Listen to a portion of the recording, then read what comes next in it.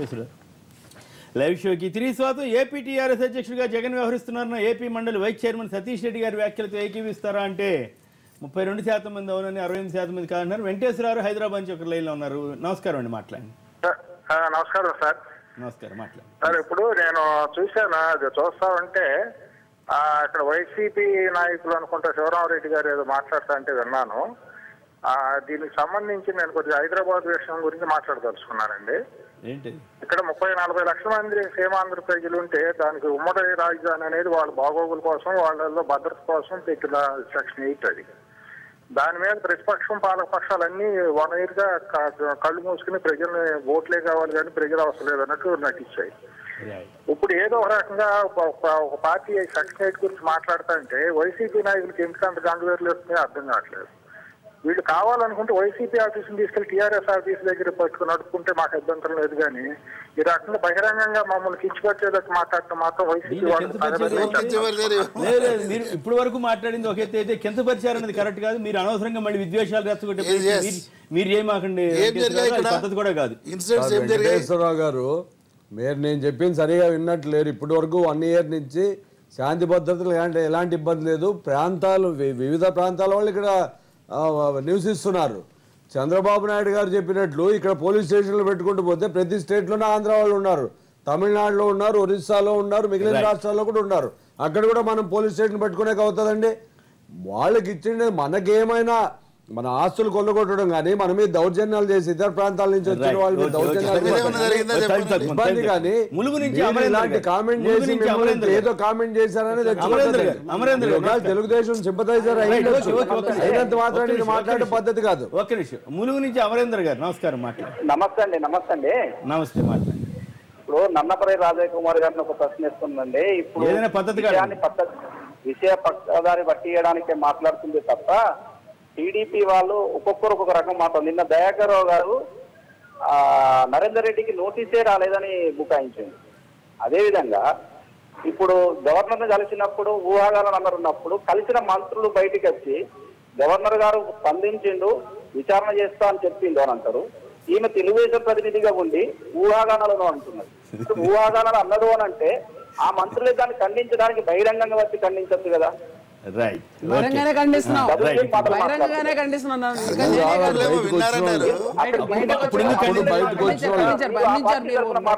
చూసారేమో అన్ని పేపర్లు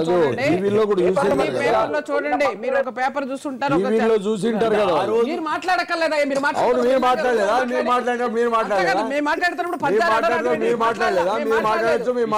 మాట్లాడలేదు ఏంటండి? మాట్లాడకుండా కూర్చుంటే మాట్లాడి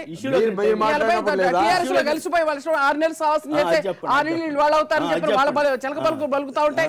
కేసీఆర్ చెప్పిన పలుకులను ఇక్కడ మాట్లాడుతూ ఉంటే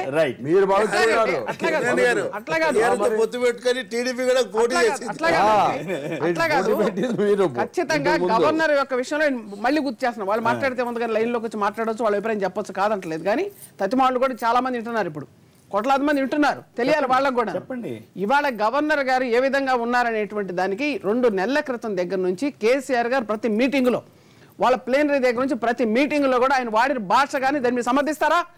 కనీసం గవర్నర్ గారు ఇక్కడ నీకు ఉండండి తత్వ విషయాలు తిట్లు సంగతి సరే, మొగ కాదు ఆడ కాదు, లేకపోతే ఏది నంగా పాడు వీడికి పిచ్చి పిచ్చి భాషతో మేము ఆడ మనిషిని మాట్లాడలేము. వినండి, అన్ని మాటలు మాట్లాడినప్పుడు ఈ భాష ఒక ముఖ్యమంత్రి పైన మాట్లాడుతున్నప్పుడు అందరం కూడా మొత్తుకుంటే ఇవన్నీ తిరుగుతున్నాడని చెప్పంటే గవర్నర్ గారు మందలించక్కర్లేదా? పోనీ కనీసం కలువ చేసుకోనక్కర్లేదా? పై చెప్పినప్పుడు విన్నక్కర్లేదా? ఇట్లాంటి భాష మాట్లాడతారు. రెండోది, ఈ మధ్య మళ్ళీ మాట్లాడుతా ఆయన ఏమన్నాడండి, నీకేం పని ఇక్కడ, పోయి చావు. ఈ పదాన్ని ఎవడైనా సహిస్తాడా? చీవు నెత్తుడు ఆంధ్రప్రదేశ్ వాళ్ళే కాదు, తెలంగాణలో ఉన్నాళ్లే కాదు, హైదరాబాద్ లో ఉన్నాళ్లే కాదు, ప్రపంచంలో ఏ తెలుగు వాడిని సహిస్తాడండి? నాకు అర్థం కాదు. అక్కడే చావు అనే పదం వాడతాడు తోటి ముఖ్యమంత్రిని పట్టుకుని. ఆ పదాలు వాడొచ్చునా? ఇటువంటి పదాలన్నీ ఆయన వాడుతూ ఉంటే, ఇష్టం తిడతా ఉంటే మా మంత్రిని పట్టుకుని వాడు ఎవడయ్యా, వాడు ఇరిగేషన్ మంత్రి చెప్పయ్యా అంటే ఉమా అంటే ఆడా మోగా వాడెవడు?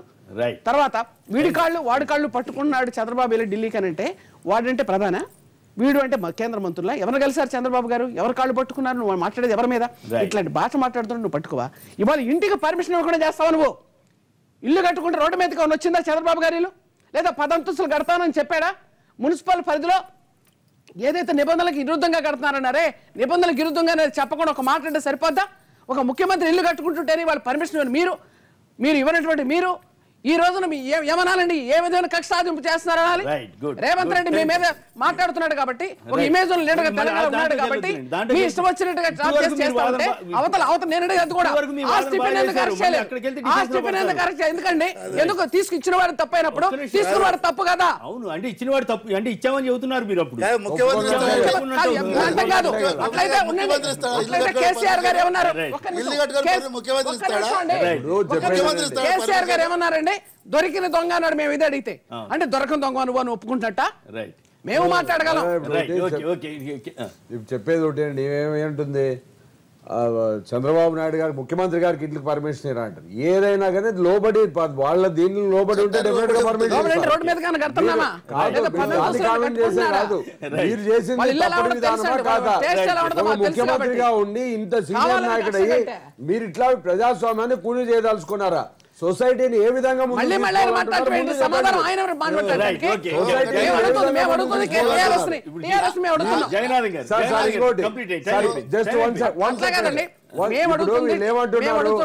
మెజార్టీ వీళ్ళు 65 పెట్టుకుని 5 సీట్లకు పోటీ చేశారంటుంటారు.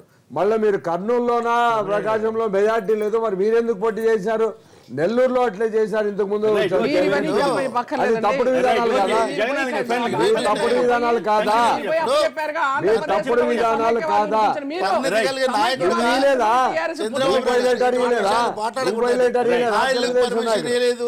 నీళ్లకు పర్మిషన్ ఇవ్వలేదని మాట్లాడడం కేవలం ఆంధ్ర ప్రాంత ప్రజలను రెచ్చగొట్టే చేయడానికి ఇక్కడ ప్రభుత్వ వాతావరణాన్ని ఉన్నది. రాజకుమార్ గారు మీరు మాట్లాడినప్పుడు మేము ఊరుకున్నాం, మీరు మాట్లాడద్దు, మేము అడుగుకోలేదు, ఊరుకోండి మీరు. మేము మాట్లాడినప్పుడు మీరు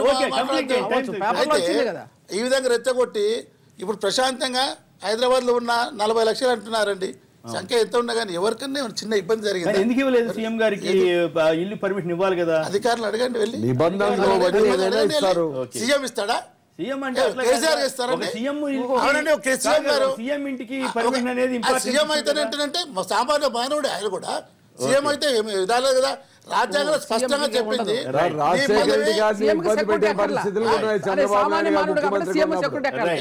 ఇదే హైదరాబాద్ లో చంద్రబాబు నాయుడు కూడా రాజశేఖర రెడ్డి గారు పర్మిషన్ పెట్టుకున్నారు.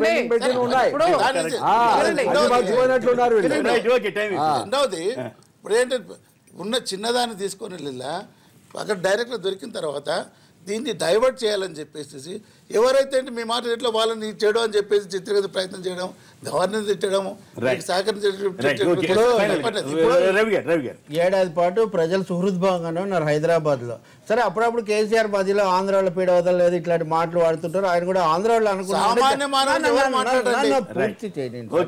ఇప్పుడు ఆంధ్ర వాళ్ళ పీడ, ఆంధ్ర వాళ్ళ ఇట్లా అనాల్సిన అవసరం లేదు. తెలుగుదేశాన్ని ఆయన విమర్శించవచ్చు.